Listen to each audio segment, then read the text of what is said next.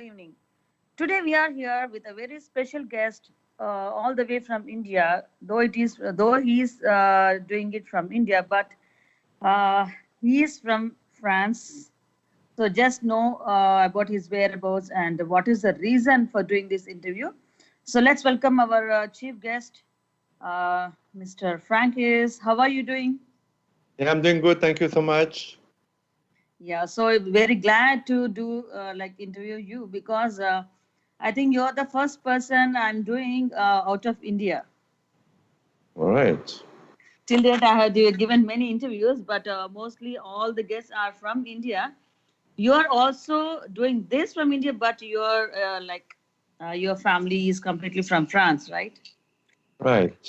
I'm Yes. from Paris. So before starting our interview and asking you some questions, could you just explain our listeners about your family and your backdrop and everything? So I'm from Paris originally, and I'm married to an Indian from Delhi. Mm-hmm. I shuttle between Delhi, Pune, where I have started a museum, and Pondicherry, which was the original place I came to India. Okay. Uh, when when I drove from Paris to Pondicherry when I was Mm-hmm. very young. And my family is in Paris, so I visit Paris once a year for family and holidays, and for work another three times a year with my Okay. publishers, because I have books in France. I'm also a journalist, so Yeah. so I shuttle between Pondicherry, Pune, Delhi, and sometimes Paris. But my life is mostly in India. I Oh have wow, that sounds very good. made my life in India. Very good. Very good. So very good. So yeah. So Franca is that spelling correct? Am I spelling your name correctly? Yeah, Francois. Francois. Okay. So, being a French political writer and journalist, what made you write books on Indian history? No, as I said, I came to India by accident. I meant to do round the world trip from Uh-huh. Paris, yeah, then go to Southeast Asia, Japan, then travel to the US and come back through Europe. But the moment I came to India, to Delhi actually, I felt this was my home, and that I would stay there for the rest of my life. Oh my God. So again, I had done a little bit of journalism and photography before leaving France, but Mm-hmm. I felt in Pondicherry. There was a French lady in Pondicherry called the Mother.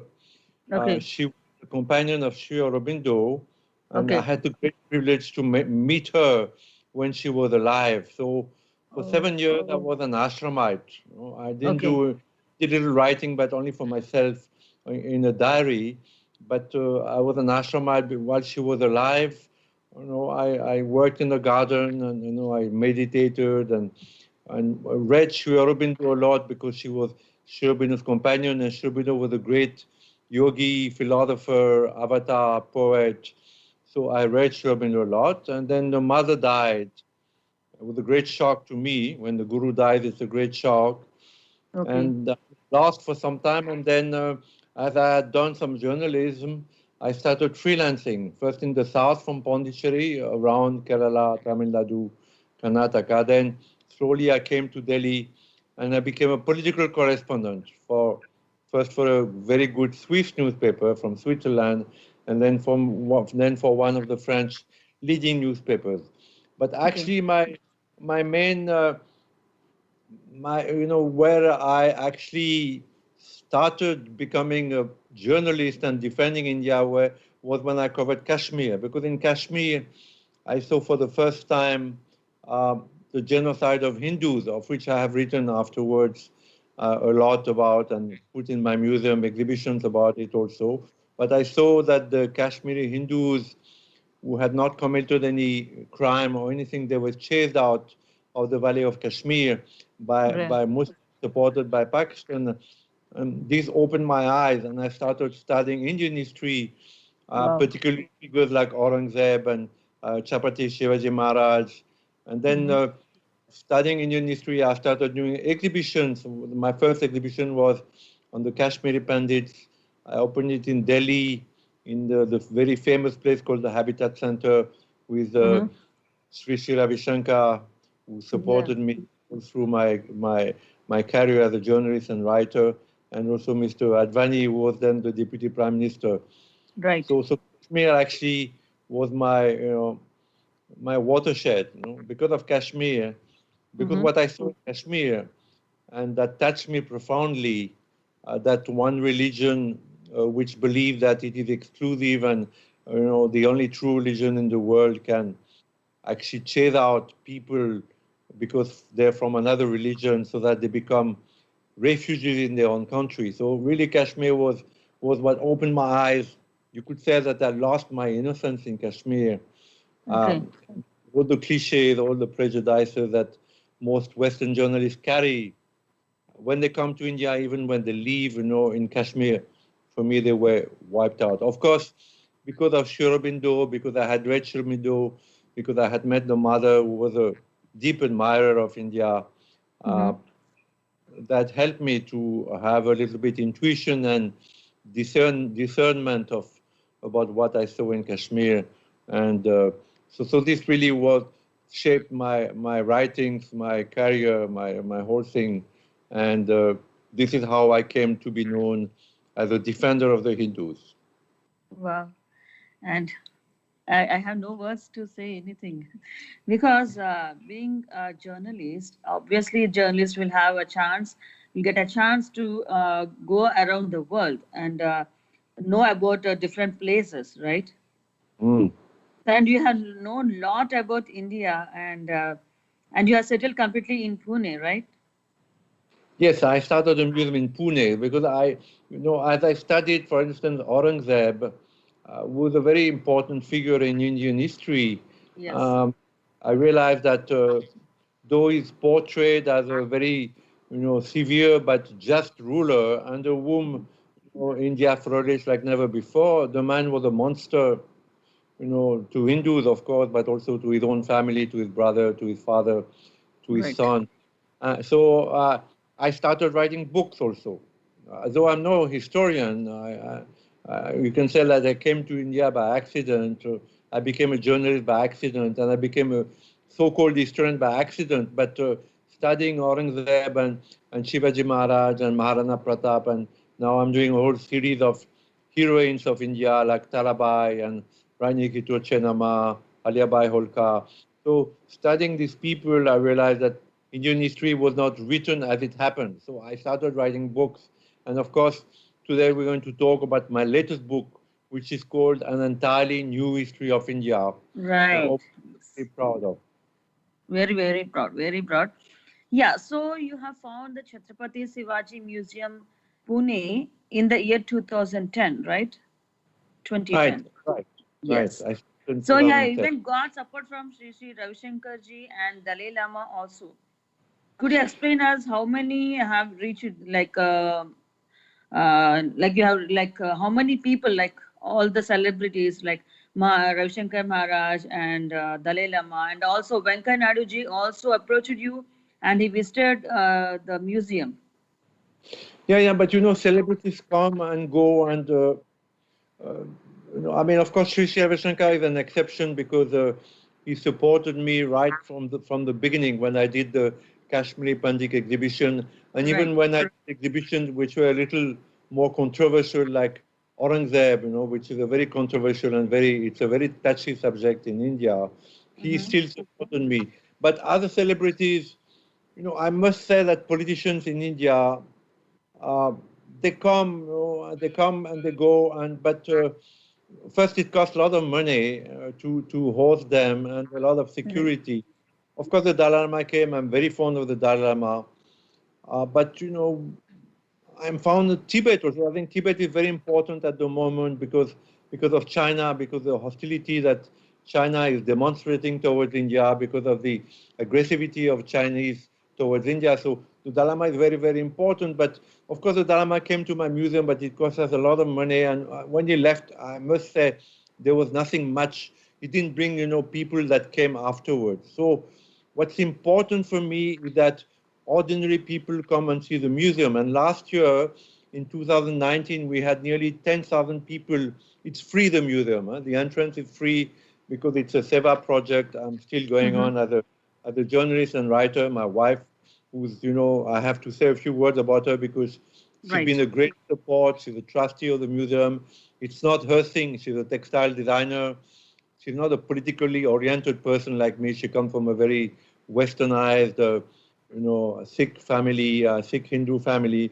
But out of love for me, and she has put a lot of energy and a lot of support in the museum. So it's, we feel that the ordinary people come. 10,000 people came last year. Entrance is free.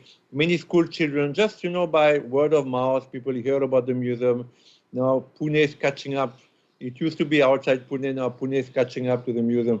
So that makes us happy. But it's been a very, very difficult journey because we depend entirely on donations, and it's difficult. A Frenchman doing a museum on Indian history, which is a very touchy subject. And in my museum, there are things about Goa Inquisition, there are things about Tipu Sultan, there are things about Hindu Holocaust, there are things about Aurangzeb, about Islamization of Bangladesh. So it's a very, it's not a politically correct museum. So, of course, Mr. Modi came to inaugurate the Shivaji Maharaj exhibition when he was the chief minister of Gujarat. And Mr. Gatkari came also to inaugurate the first part of the museum. Dalama came. Mr. Uday Thackeray, who is now the chief minister of Maharashtra, came with his wife. But as I say, what's more important is the ordinary people who come, and come out feeling happy because this is a museum. This is an exceptional museum. It's a unique museum, though it doesn't have, the. I would like it to be a very modern museum with state-of-the-art, air conditioning and electricity, but I don't get the money for that. So it's an exceptional museum in a very simple manner. We have 17 halls, about 22 exhibitions, and as soon as I get some money, I keep adding exhibitions. So I must say, because though I'm a great admirer of Mr. Modi, that politicians, they take from people, but they rarely give anything back. I never got 1 rupee from the BJP government, though I have been a supporter of the BJP in the time of Murli Manohar Joshi, when he went to raise the flag in Srinagar, and Mr. Advani when he did his yatra, Ayodhya yatra. I've been a supporter because I feel that it is a party of the Hindus for the Hindus, but unfortunately the legacy of the Congress in India is that politicians take from the people when they need to be elected. They go to the people, but once they're elected and they go to Delhi, which is, like a great bubble, they forget about the people. I feel sometimes that I will keep on defending the Hindus. I will keep on doing that museum, but the people I have defended don't have much gratitude, unfortunately. The ordinary people have, the simple people have, but the politicians, I'm not sure about that. Yeah. So, so the museum completely runs on donations, right? Right, it's run on donations. So it's become for me, it's become although in US, I'm fortunate that I have a good team in place. But in India, I have to find the money, so go to the sponsors. I have to do the exhibition, so it means travel now. We have 1 exhibition in Bombay, being made in Bombay, another in Udaipur on Tarabai, and 2 other in Pune. I have some in Delhi also. So I have to travel, start the exhibition, meet the professors, make sure that it stays in the correct line, the line that I want, which is non-politically correct, but about truth. And then look after the museum. So it's a lot of, and the salaries, every month we have about 1 lakh rupee of salaries and recurring expenses like electricity, water. It's been a difficult task, but I feel that though I have written many books and I've written thousands and thousands of articles, if something remains after me, it will be this museum. So maybe it's worth. Perfectly. So you're doing a lot of hard work for all these museums. So particularly in which place of Pune is the museum? In which city? museum is near Lohegaon. The airport is named after Lohegaon because it's near a village called Lohegaun. So Yes, my museum Loegon, is yeah. past the village. It's about 12 minutes from the airport Mhm. after the Lohegaun village. Oh, when I got the land, Sri Srila Shankar gave it to me. It was just a rocky land without any water, with no value at all, hardly any value, because it was far away from Pune and there was no water. But now, because Pune is an exploding city, it's a Right. city, it's a city of concrete. I mean, sometimes I wonder what Shivaji Maharaj would say if he came back to Pune today. So Pune has Mhm. expanded a lot. There are colleges near. There is one huge college near my museum. There are apartments complexes coming up all the time. So actually, Pune has come up, and now the land is very valuable because I have found water, I have planted trees, I have built. The road has developed, and now they say there's a ring road that's going to come up near the museum. So the price of the land has shot up, and we also have to face the problem of land sharks, people who want to grab the land. Right. So I have to fight on this front also in courts. We have a court case in Mumbai, in the Charity Commissioner Court in Mumbai, because some people want to grab the land. Some people who gave the land to a guru, who gave it to Sri Srivastava, who gave it to me, they're claiming the land. So that's another headache. Right, right, right. Yeah. So, yeah, could you tell us about fact? What is fact? No, so what I witnessed in Kashmir was terror. You know, Right. what, we know about terror today that you know that some people believe that to impose their creed, to impose their belief, terror is justified. That means like in France recently, there were people there was one teacher who had shown cartoons of the prophet, which he didn't draw himself. Some other people have drawn long ago. These Mm-hmm. people were killed actually already, the Charlie Hebdo people. So that teacher showed it in a school in France, in the suburb of Paris, and for that he was beheaded. So, so, so the belief is that terror is a justified means of converting people to the true religion. What I saw in Kashmir was that terror was inflicted upon the Hindus. They were told, I mean, I was there actually in Srinagar. The mosque, Benazir Bhutto did a very very fiery speech about Kashmir, Azad Kashmir. She said Kashmir must be free now because Pakistan politicians, there's one thing that unites Pakistan is Kashmir. So Right. Benazir Bhutto did that speech on the Friday. All the mosque in the valley of Kashmir, because people are very confused about Kashmir. That the valley Mm-hmm. of Kashmir is there used to be 1 million Hindus in the beginning of the 20th century, but today there are practically none left. Then there's Ladakh, which is predominantly Buddhist, and then there's Jammu, which is with a majority of Hindus. So the Valley of Kashmir, after the speech of Benazir Bhutto, all the mosques started telling Hindus, we have been there for many, many generations, either convert to the true religion or die. So, the Hindus, I love them, but they're not very courageous. So they all, in a few months, 350,000 of them fled the Valley of Kashmir and Mm-hmm. became refugees. They lived in refugee camps in Jammu and Delhi. My wife and I visited some of them because we did a film, and of course we mounted that exhibition. So we Okay. went to. So I made a foundation. I got a prize of journalism in 2005 by Mr. Vajpayee, who was Oh, then the okay. Prime Minister. It's called the Nachiketa Award of Excellence in Journalism, and there was a check of 50,000 rupees that went with the award. Mm-hmm. So I started a foundation called Foundation Against Continuing Terrorism. Fact. Okay. Foundation Fact. Against Continuing Terrorism. So terrorism continues today. We see it in Right. France, we see it in Kashmir, we see it everywhere in the world. People Right. just ran, they take vans or buses or lorries and they ram them against people, they slit people's throats. So terror is going on. So hence the name of the foundation, Foundation Against Continuing Terrorism. In the US, unfortunately, the word terrorism has a very negative connotation. So we ran into problems with the banks. The bank said, no, you cannot use the word terrorism. It Right. triggers the alert. So we had to change it in the U.S. Foundation for Cultural, I forgot the name, Cultural Advancement of Cultural Ties, which is a meaningless name. But my name remains in India, and I cling to it. I stand by it. Foundation Against Continuing Terrorism, and my museum is about that.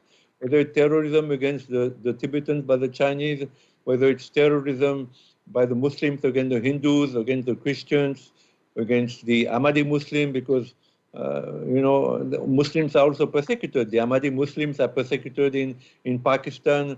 They're persecuted in Bangladesh. So terrorism, is a terrorism that applies to everybody. Right. Yeah. Good. So, what are all the things we can find in the museum? Like as you told, they are related to most of the terrorism and everything, right? So, what So else we it's can find? dedicated to Shivaji Maharaj, because Shivaji Maharaj, Pune is his city. He was from Pune, and he from Pune he just went all over the place. So it's dedicated to Shivaji Maharaj. So the first thing I did was to make a Bharat Mata temple dedicated to Mother India, of course, but also to Shivaji Maharaj. This is the Okay. entrance of the museum. Then we have two exhibitions on Shivaji Maharaj, because he's a great hero. He's probably the greatest hero that India had, uh, Right. who fought against the Mughals, the most powerful army in the world then. And actually, because of Shivaji Maharaj, it is safer. The culture of India is more preserved from Bombay till Kanyakumari, going through Karnataka, Andhra Pradesh, Tamil Nadu, Kerala, thanks to Shivaji Maharaj. Great sacrifice, because with a few hundred people, he held the most powerful emperor in the world and actually beat him at his own game. And indeed, before Aurangzeb died, he wrote a will, and in his will he wrote by hand, he said, the greatest mistake I did was to let Shivaji Maharaj escape from Agra. So, Mm. but we have many other exhibitions. We have on Aurangzeb, of course, because I made an exhibition on Aurangzeb. We have on Alibai Holkar. We have on many exhibitions on Indian history. We have on Tipu Sultan. We have on the Vedas. We have now two exhibitions on the Vedas.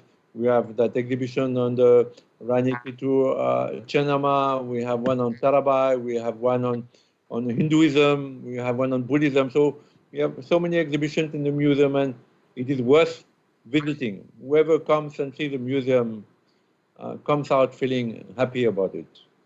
Very nice. Very nice. Yes. So, so what is the method, or like what is the process to donate? How can we donate to the museum? So, Do you so have we any have website or anything? so we have a website called factmuseum.com, Mm-hmm. but we have a team in the U.S. We have a Mm-hmm. team in the U.S. And there's a treasurer, Mrs. Chandakala Kamach, is based in New Jersey. It'll be good if you give her email, and then we have Prashna Kishti, who's the coordinator. We have Mr. Dhiren Mehta, who also look after the social media. So in the US, we have a tax exemption. We have 501c.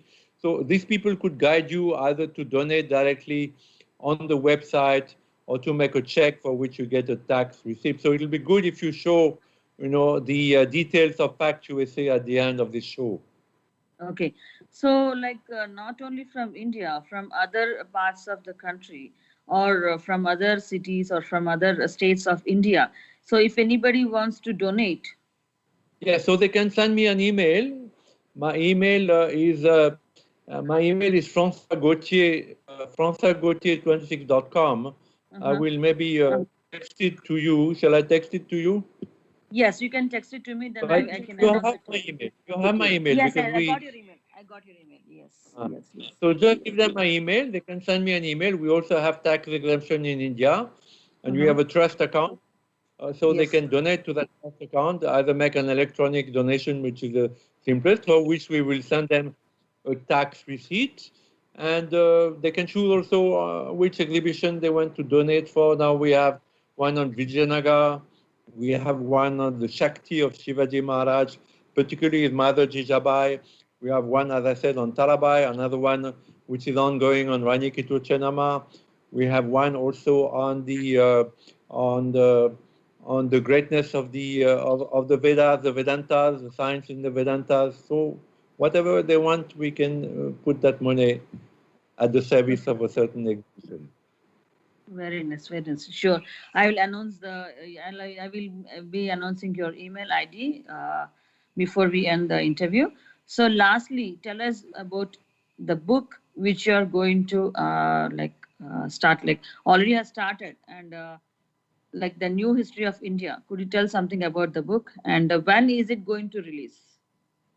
Yeah, the book is come out already. It just came out. It's called An Entirely New History of India. It's published by Garuda Books. Garuda Books, and it's based on the latest archaeological, linguistic, genetic discoveries that show that Indian history is much older than we thought before, and there are many parts of it which have been distorted or not well documented. So this book is really, from the prehistoric times, all the controversies, all the accusations, all the prejudices I go through till today, till Mr. Modi, till Article 370. So it really covers the entire Indian history, and it's really a new history of India, because never before it has been shown that there are many aspects of Indian history that were not properly told. A really important book, really important book. Okay, so is that book releasing only in English language or any other languages? So for the moment, it's in English. It's available on either on Amazon or on garudabooks.com. And there'll be a digital version soon. But we will have it translated in Hindi, first in Hindi and then maybe in other languages. It's up to the publisher. I've written the book, and I think my task is done.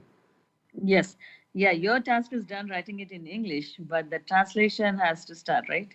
Yes, that's up to the But publisher. really, Francois, today, each and everyone, whoever are listening to us, and each and everyone really feeling proud, like being a French, like you are from France, and you have done a lot of job, lot of good work to bringing up the new history of India and writing a book, and you have got settled in India, and you have married to an Indian, Right.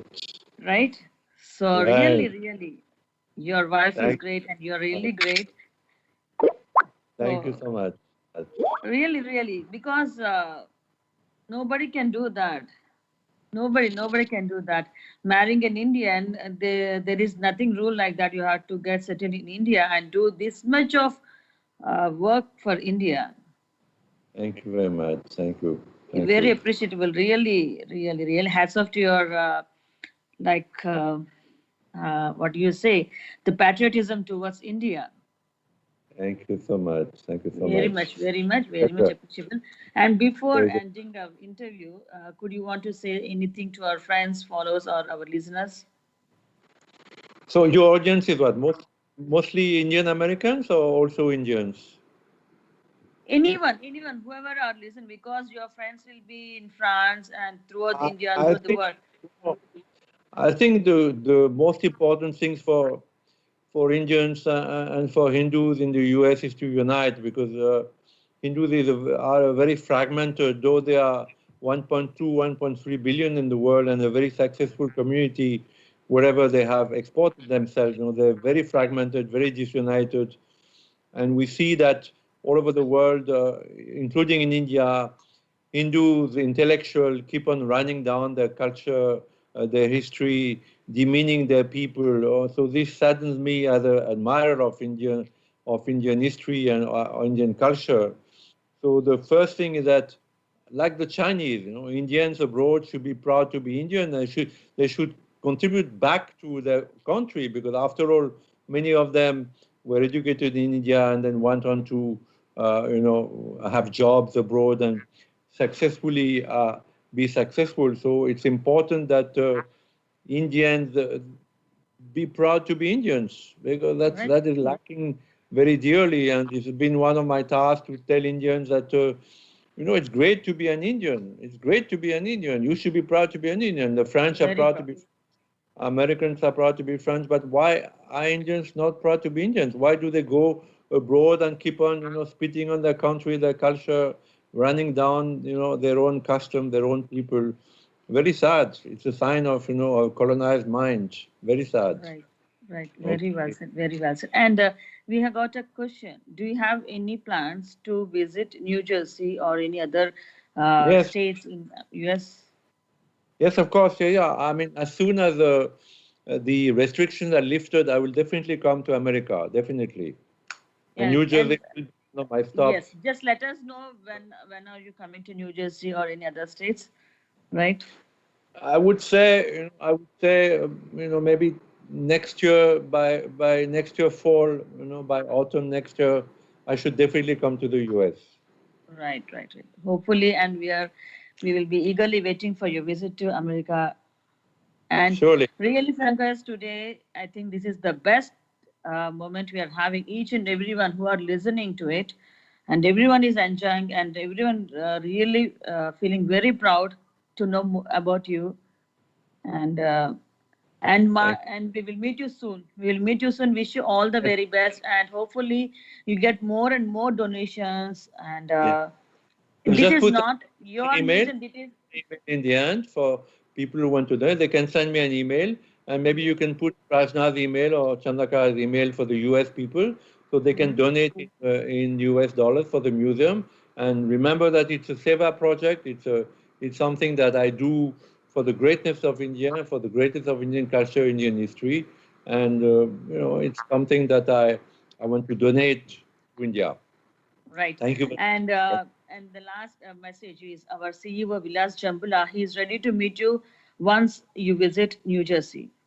Surely, I will definitely come. Thank you so And much. wish you all the very best. And this is not your museum, this is our museum. And we all are with you. And hopefully, we will receive more and more donations. And our museum will develop as soon as possible. And it will, hopefully, it will spread to more and more cities in India. Thank you so much. Namaste. And Namaste. also, we have got one message that one of my friend, they are buying the book as well. Okay. Thank Wish you you. all the very best, Francois. We'll meet you soon and we'll talk to you soon and I'll be touching with you. Thank you so Yeah. much for giving your precious time and knowing us more about you and book and also the museum. Wish you all the very best. Thank you so Bye. much. Thank you so Good much. night. Bye. Bye bye. Yeah. So this is the very precious interview we had done with our special guest, and please come forward and donate for the museum and buy more and more books possible, so that we can develop our very own museum in India. And this is the interview. Signing off here, and we'll meet you in another show. Thank you. Bye bye.